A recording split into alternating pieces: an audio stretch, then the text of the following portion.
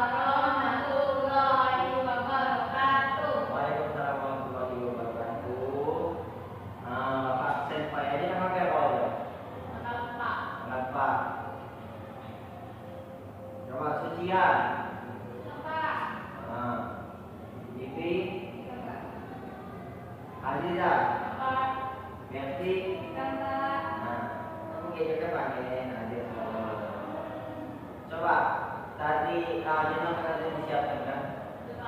Siap pakai apa sih pada Pak? Siap pastinya dirapikan, dirapikan. Banyak ini kan belajar jadi tentram kondusif. Nah, nanti mata pelajaran api, bahasa lampu materinya api.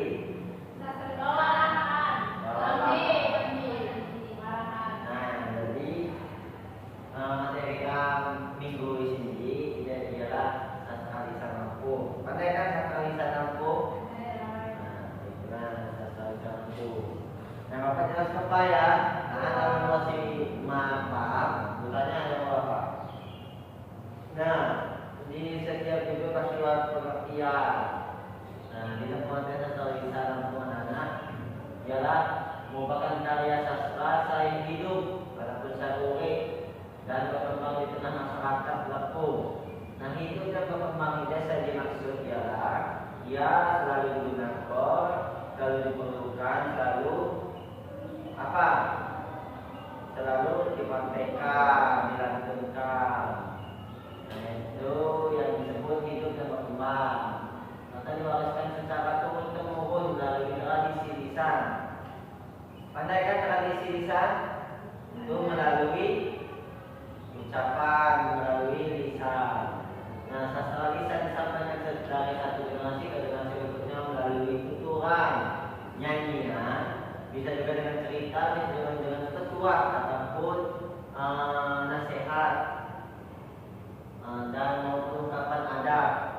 Sebelum masyarakat mengenal tulisan secara luas, sastra lisan ini menjadi sarana utama untuk menyampaikan pengetahuan, sejarah, nilai budaya dan adat serta ajaran moral. Jadi orang zaman dulu itu menggunakan sastra lisan sebagai pola ingat mereka untuk mengingat suatu kejadian. Gitu. Nah, ini ciri-cirinya anak-anak. Ciri-ciri sastra lisan Lampung itu yang pertama dia disampaikan secara lisan dari mulut ke yang kedua dia bersifat tradisional dan diwariskan secara turun temurun. Yang ketiga mengandung nilai budaya, adat dan moral. Dan yang keempat menggunakan bahasa Lampung sebagai media penyampaian dan memang sesuai dengan judulnya ialah sastra lisan Lampung. Terus dia memiliki banyak versi sesuai daerah dan bentuknya. Contohnya di Sepatin ada wawancara, di Madiun ada Bandung. Gitu. Nah, yang ke-6 ada berkaitan dengan kehidupan masyarakat Lampung. Karena memang sastra lisan ini dia sesuai dengan judul sastra lisan Lampung, maka dia lalu berhubungan ataupun berkaitan dengan provinsi Lampung ataupun suku Lampung. Nah, yang ke-7 berfungsi sebagai hiburan, pendidikan dan pelestarian budaya. Nah, ini fungsinya. Jadi fungsinya ada 5. Yang pertama sebagai sarana pendidikan, terus sebagai sarana hiburan, yang ketiga sebagai sarana pelestarian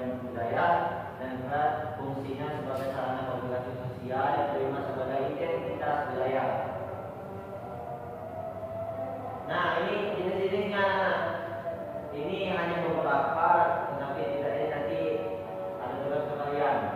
Yang pertama, jenis sastra berlaku ada warahan, yang kedua wacan, dan yang ketiga ada pembaco, yang keempat ada sagata, yang kelima ada kisaan. Nah, setelah itu dalam upaya melestarikan dasar lisan itu memiliki 6. Upaya pertama ialah mempelajari bahasa Lampung dengan baik, membaca dan mendengar cerita latar Lampung, selanjutnya mengikuti kegiatan seni dan budaya daerah. Yang keempat, mendengar sastra lisan dalam bahasa sekolah maupun masyarakat. Yang kelima, mendokumentasikan sastra lisan dalam bentuk tulisan dan media digital. Yang keenam, yang kelima, mengajarkan sastra lisan kepada generasi muda. Nah, itu ialah upaya-upaya dan pelestarian sastra lisan. Nah, jadi dalam kesimpulan materi yang Bapak sampaikan, sastra lisan itu merupakan warisan budaya yang disampaikan secara turun-temurun melalui tuturan lisan. Nah, bentuk sastra lisan ini antara lain warahan, wawancan, pembaco, sagata, kisaan, dan muayah. Itu yang Bapak sebutkan tadi. Salah satu bentuk. Nah, dalam sastra lisan juga memiliki fungsi sebagai sarana pendidikan, hiburan, pelestarian budaya, dan pembentukan karakter. Nah, oleh karena itu generasi muda perlu mempelajari dan melestarikan sastra lisan Lampung agar nilai-nilai budaya daerah terhidup dan berkembang di tengah masyarakat. Nah, kan anak-anak bisa sastra lisan Lampung supaya menjadi generasi muda yang mempelajari dan melestarikan sastra lisan Lampung. Ada yang mau bertanya? Hah? Kalau ada apa yang tanya?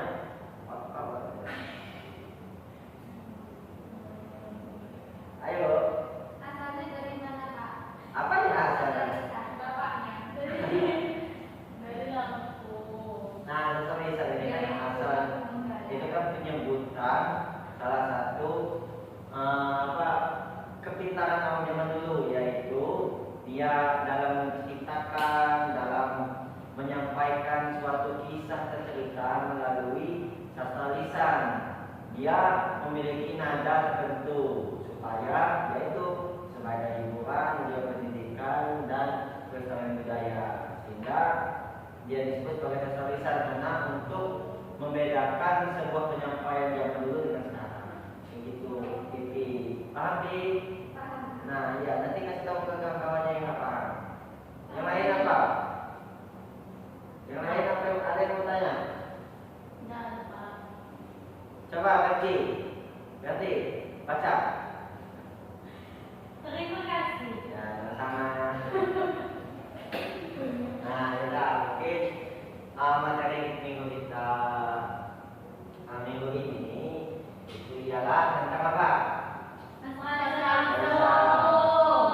Nah, kita nggak bisa lama-lama.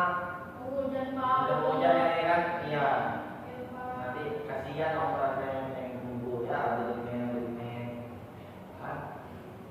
Nah, coba sudah api ya, biar besok nggak ada yang pikir lagi dan yang awal-awal yang pikir tidak sampai emosi kelas. Coba kalau telah disiapkan sudah memulai.